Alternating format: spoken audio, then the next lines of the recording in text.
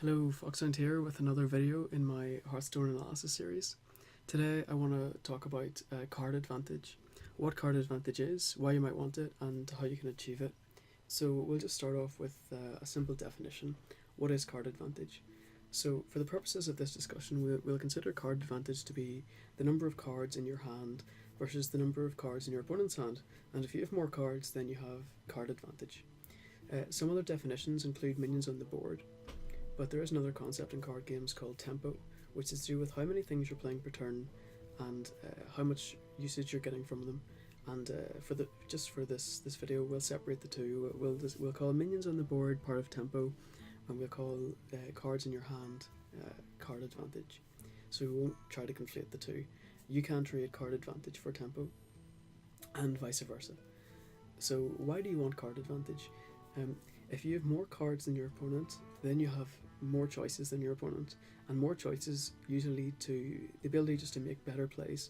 And similarly, you want to be able to make usage of all your mana, so the more choices you have, the more cards you have, the more likely you are to be able to spend all the mana you've been allocated in that turn. So that's two reasons why you want card advantage. And the ultimate goal is to be able to build yourself into a stronger position on the board and eventually win the game. So if we've decided that we do want card advantage, let's think about how you would kind of describe it, how you would get there. So first of all, we assume an infinite deck, and let's talk a little bit about why we assume that. And we'll use a card to explain this called Novice Engineer. So I need to include Soulborn cards. Yeah. Okay. So Novice Engineer. This card is a 2-mana 1/2. You play it on the board, and spell cries draw a card. So the Novice Engineer you can think of like a free card, because you do draw one card, but it itself is a card that has to be spent.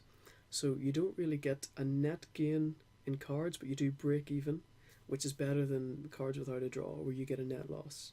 So this card is called Cycle, in that you throw it out of your hand and you pull something into your hand from the deck, so you cycle a card through your hand from the deck.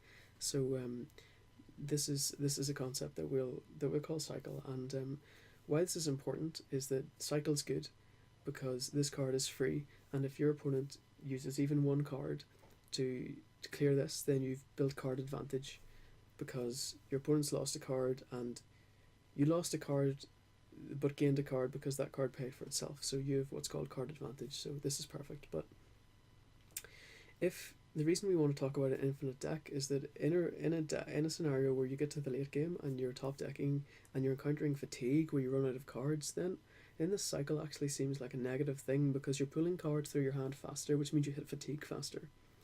So it's why we won't consider that in this video. Although there is perhaps one thing to talk about here, which is some of these priest cards. Mind Vision, put a copy of a random card in your opponent's hand into your hand. Thought Steal, copy 2 cards from your opponent's deck and put them into your hand. And Mind Games, put a copy of a random minion from your opponent's deck into the battlefield.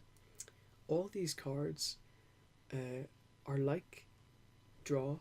They all trade themselves for one other card, or 2, or 1. So these cards draw, but they actually don't draw from your own deck, right? They copy from your opponent's deck. So they create extra cards that didn't exist at the start of the game. And this is in some ways in the late game better than Cycle, because they don't also race you to fatigue faster, because these aren't the 30 cards from your deck. Your deck essentially gets bigger. You know, you get an extra card in your deck. You have 31 cards in your deck, or 33, or it depends how many times you play these cards. But this is an example where actually there's no negative effect really to Cycle. These cards might be weaker than traditional draw in the fact that you're drawing your opponent's cards, which probably won't synergize as well with the deck you constructed with your own cards. So that's kind of where the balance of these cards comes in. But so that's that concept defined. Okay, so how do we then build up card advantage? So I talked about one way to build it up. Cards like Novice Engineer and Loot Hoarder. These are card advantage cards. Other cards like that are the Gnomish Inventor, which is just like a big Novice Engineer. And also cards like Hammer of Wrath, which are deal 3 damage, draw a card. It's another way to build up card advantage. You would use this to destroy an enemy card, and then you also gain a card. This card destroys an enemy card without costing you a card. So those are a couple of ways. Other things like buffs, like Shattered Sun Cleric or Northshire Cleric. Well, not really. Shattered Sun Cleric. So you can make a minion trade and survive, a trade that normally wouldn't survive by buffing it. So you're making that card do more work than it should, so you're making your opponent spend 2 cards to deal with it instead of 1. So Shattered Sun Cleric can generate card advantage if played in a certain scenario. Other buff cards do the same thing. Other heal cards like Farseer, Earthen Ring Farseer. So this card, the Earthen Ring Farseer, can lead to some card advantage as well. You can attack with a minion that doesn't die, and then heal it next turn and attack with a minion, the same minion again, and it won't die again. If it would have died the second time, you can turn that into a 2 or 3 for 1 by using heal cards like this. So that's another way to build up card advantage. Another one is AoE, like Flame Strike. You can get up to 7 cards for 1 with this card, I guess. More if your opponent has buffed cards on their minions. But this costs you 1 card, and if it kills more than 1 card, then it's good for card advantage reasons. Things like Divine Shield as well. Argent Commander is often a 2 for 1 as well, because it can charge and kill a minion, and Divine Shield pops, but the card's still there, so they have to trade another card into it. So another interesting card for card advantage is Chillwind Yeti. It doesn't even have any special abilities, but the way the damage ranges work in Hearthstone is it's quite easy to deal 4 damage and very difficult to deal 5 damage. So this is kind of like a magic number of health the Yeti has, which makes it very good. Generally it takes 2 cards to deal with Yeti. There are exceptions obviously, like removal and so on, but it's normally very, very good for card advantage. Silence and Taunt can be used to generate card advantage as well, just by making threats easier to kill or forcing engagements on your terms. Especially a Taunter with a lot of health can sometimes force a couple of cards to attack into it.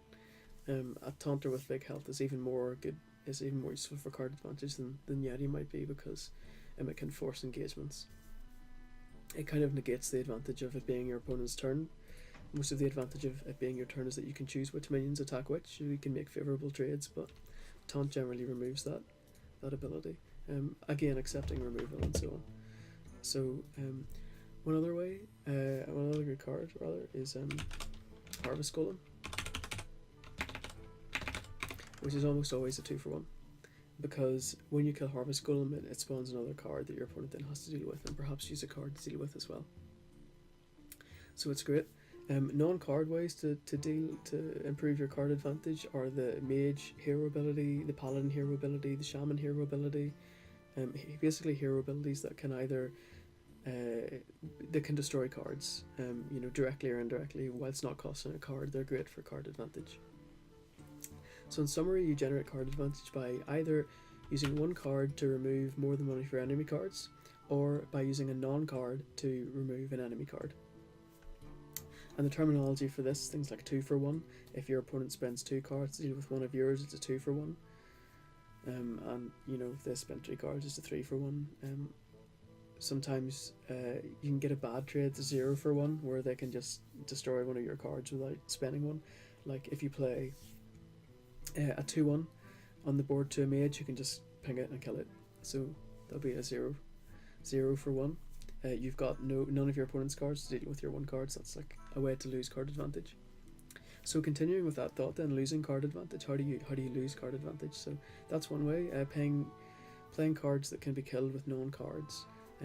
Using cards in the hero, things like Frostbolt, any kind of direct damage. If you use this on an enemy card and kill it, it's a 1-for-1. If you use this on a hero, it's a 0-for-1. You haven't destroyed a card, but you have lost a card.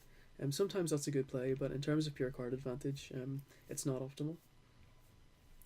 Attacking incorrectly is another scenario. So things where you could use your hero ability to help clear the field, but you do it with minions instead, or you attack the wrong minions so that a minion that would have died stays, or a minion that would have stayed alive dies, and that's how you would lose card advantage. That's probably the most common way, is just suboptimal engagements, or not seeing like a better play and playing incorrectly. Overcommitment is a really interesting one. So if there's some sort of AoE about to come out, if it's getting to turn 6 and you're against a mage and you suspect they have a blizzard, it would probably be incorrect to play an extra 2 health minion onto the field at the end of your turn, because it's very likely that it'll just die to the AoE. So that's a good way to lose card advantage as well, is by overcommitting board presence. So that kind of summarizes the main points for card advantage. We've defined what it is, we've said why you want it, how to build it up, and then how you could lose it. And obviously you want to avoid those things that can make you lose it. So there is one more concept, and it's called virtual card advantage. And virtual card advantage is, you could describe it as playability, right? Can you use the cards you have? So if, for example, let's say that you have a huge guy in your hand, you've got this like Stubborn Champion, great card, and it's part of your card advantage, right, because it's in your hand. However, if it's before turn 7, you actually don't have enough mana to play this card, so we would say that actually it doesn't count in your virtual card advantage, or you're losing virtual card advantage by holding a card in your hand that you can't actually play, because the benefits of card advantage are that A, you get more choices, and B, you can spend your mana efficiently, but this can't factor into your choices if you don't have enough mana to spend it, and also it can't help you spend your mana. So this is why it doesn't give you virtual card advantage until you can spend it. That's one concept of card advantage, or virtual card advantage. Things like multi-shot. This card, deal 3 damage to 2 random enemy minions. It can't be played unless there are 2 enemy minions on the board. So this would kind of be another example of what we can call hard loss of virtual card advantage, because this card's in your hand and you can't play it unless a certain scenario happens. Similarly, things like Ironbeak Owl, it's a silence. You can play it at any time, but it's suboptimal. So if you want to save it and get the best trade, or if you want to get the usage out of it, you want to wait until there's a minion you want to silence with. So this is kind of like a soft way to lose virtual card advantage, because whilst you can play this at any time, you have 2 mana or more to play it, you probably won't want to unless there's a specific scenario on the board. So a card like this can be bad for virtual card advantage, because it's not hard loss because you can play it, but it's soft loss because you probably won't want to. And you can have like soft loss or greed loss by like a card like this, as well as Acidic Swamp Ooze. So the battle cry on Acidic Swamp Ooze is destroy your opponent's weapon. If you have this card in your hand, whilst it's a fine card to play, you really want to keep it until your opponent has a weapon that it can destroy. So that is it's another example of a card that might not actually be giving you as much card advantage as you might think. If you play greedily, you can lose a virtual card advantage, and sometimes it's correct to play greedily and sometimes it's not, but all the same, you still can lose virtual card advantage through having cards like this. AoE is very similar. Things like Flame Strike, you want to try and hold on to get the best value out of it, so whilst you maybe can play it, not playing it can mean that you're losing virtual card advantage.